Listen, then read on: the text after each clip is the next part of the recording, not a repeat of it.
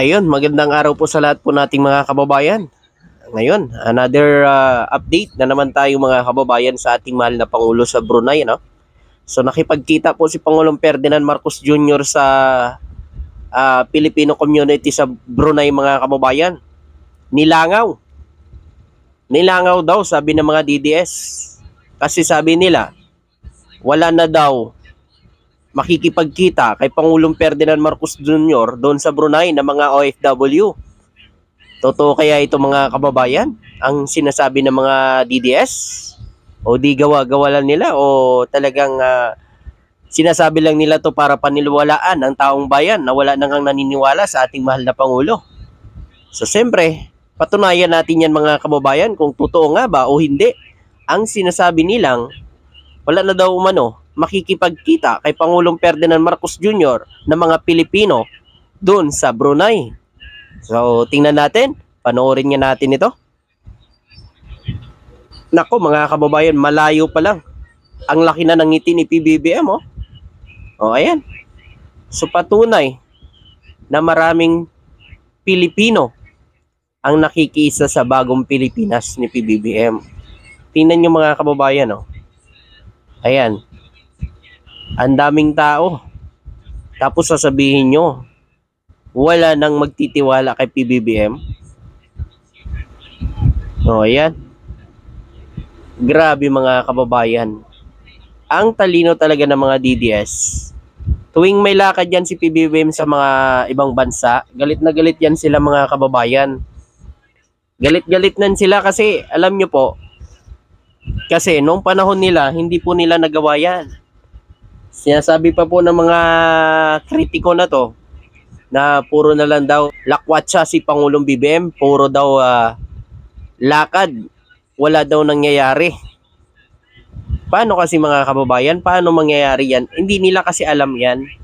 Hindi nila naintindihan ang patuloy na paglalakbay ng ating mahal na Pangulo, patuloy na pagpunta sa ibang bansa, pakikipagkaibigan. Kasi nga, gusto ng ating mahal na Pangulo na mag-akit ng mga investors dito sa bansa natin. So yun po mga kababayan, patunay ito, yung mga kababayan natin na nandun mismo, ang ating mga Filipino community na nakiisa kay Pangulong Ferdinand Marcos Jr. sa Brunei mga kababayan. Tapos sasabihin po ng mga DDS na wala na daw pupunta para makita si PBBM at lalangawin na nga daw si PBBM doon sa Brunei. Hindi na daw makipagkita ang mga Pinoy sa kanya kasi galit na daw. Yun lang, may gawa-gawa nila. Sabi-sabi nila. Bakit? Kabisado na nila ang utak ng mga kababayan natin doon sa Brunei? Bakit? DDS na ba sila? Sumusuporta ba sila sa inyo? Hindi nyo alam. Kasi, alam nyo mga kababayan, si Pangulong Ferdinand Marcos Jr., maganda ang ginagawa niya sa ating mga OFW. Ang pakikipagkaibigan niya sa iba't ibang mga bansa ay trabaho yan para sa ating mga Pilipino.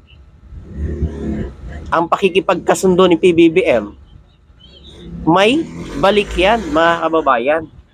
May magandang balik yan sa Pilipinas. Yun nga lang kasi hindi yan naintindihan ng mga DDS. Paano man naman kasi maintindihan nila yan tropa? Eh hindi nila nagawa yan dati. Naiinggit ang mga yan kasi hindi nagawa nila dati yan. Only si PBBM lang ang nakaisip ng ganyan. Nagawa ba nila dati yan nung panahon ng mga nakaraang administrasyon? Hindi nila nagawa yan. Tapos ngayon sasabihin nila puro pledge lang naman daw ang pinapalabas natin, wala namang katotohanan. Kasi ganyan mga kababayan ang isip ng mga kritiko. Walang maganda sa paningin nila. 'Di ba? Tama ako. Oh, ayan po mga kababayan. Sa lahat po ng ating mga kababayan diyan sa Brunei na nandiyan ngayon. Sobrang saya nila mga kababayan. Oh, play natin ulit yung video mga kababayan. Kasi makikita po natin na talagang tuwang-tuwa itong ating mga kababayan na nakita nila si Pangulong Ferdinand Marcos Jr. At ganoon din si Pangulong BBM. Sobrang saya ni PBBM dahil ganun karami ang sumalubong sa kanya sa Filipino community sa Brunei, mga kababayan. Top play natin. Kasama pala si First Lady, mga kababayan. O ayan, no? Makikita natin, mukhang hindi nga makadaan si PBBM sa dadaanan niya. O ayan. Mula pa nung siya po ay tumatakbo bilang presidente at nangangampanya, siyempre kasama kami. Talagang kung maaari lang, lahat kamayan niya. Kung maaari lang, lahat kamayan niya ng mga kababayan natin na madadaanan niya sa daan nung panahon ng kampanya. Kasi gustong-gusto ni PBBM makakamay kasi mga tao gusto siyang makamayan. So nagkakaroon pa nga ng sugat-sugat si PBBM dito sa kamay, naalala ko pa noon. Inano siya dito, ginilitan pa yung kamay niya, tapos yung iba naman hinahagisan siya ng flyers nung panahon yun ng kampanya. Kung ano yun, mga supporters ni, alam niyo na, yung sa kabila, yung kalaban ni PBBM. Pero ito, makikita po natin, makikita po natin dito, mga kababayan, ganun pa rin, hindi pa rin nagbago ang ating mahal na Pangulo. Ang ating mahal na Pangulo kasi, ayaw niya yun na pumunta ka dyan na hindi ka masaya. Kailangan maging masaya ka.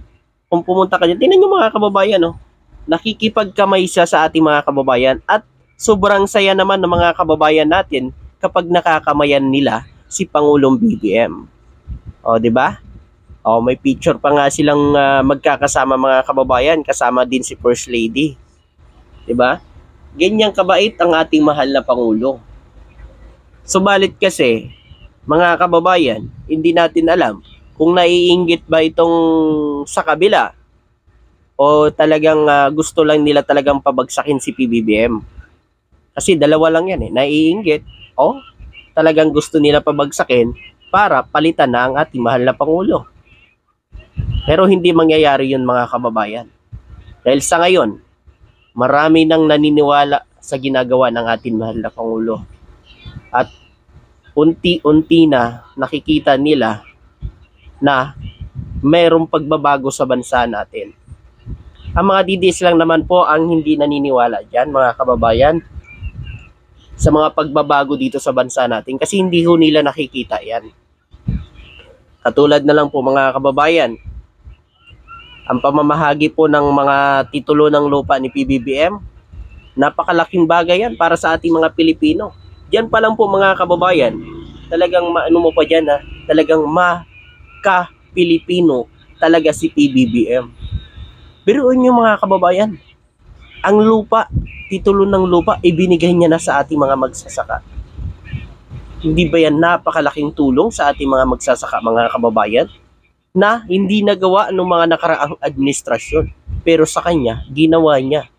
Diyan pa lang, mga kababayan, napakalaking tulong na yan, ang pagbigay niya ng mga titulo ng lupa.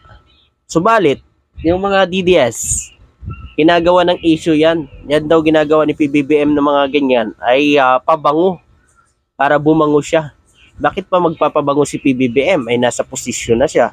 Presidente na siya. Hindi naman nasa tatakbo sa susunod. Pagkatapos ng kanyang termino. Bakit siya magpapabango? Ginagawa niya ang tungkulin niya bilang presidente. Tingnan niyo, mga kababayan. 'Di ba? Sinisira siya. Oh. May narinig ba tayo na gumanti siya ng paninira sa mga DDS, sa mga naninira sa kanya? Narinig ba natin siya na nagmura, na sinasabi nating adik at bangag siya? Minsan nga yung mga nagsasabi, mga kababayan, na adik at bangag, minsan minumura pa nila si PBBM. O ngayon, kung matino ang isip nyo, hindi nyo babanggitin yan. Kung kayo ay matino ang isip, hindi kayo magbibitaw ng mga salitang ganyan. Totoo yan, mga kababayan. Kasi kapag ang isang tao ay addict talaga, mga kababayan, naku, mga kababayan, madalas mong maririnig sa kanila yan, mura, iba ng panalita, malasasakit na mga salita. Yan yung asal ng mga DDS. Ngayon, ibabato nila kay PBBM. Pero bumabalik din sa kanila. Kasi sila naman talaga ang totoong yun na yun mga kababayan. So yun po mga kababayan, basta tayo dito, chill lang. Siyempre, papakita natin ang totoong nangyayari sa bansa. Siyempre mga kababayan, hayaan na lang natin mga DDS na umiyak hanggang 2028. Maraming salamat at magandang araw po sa inyo lahat. God bless po.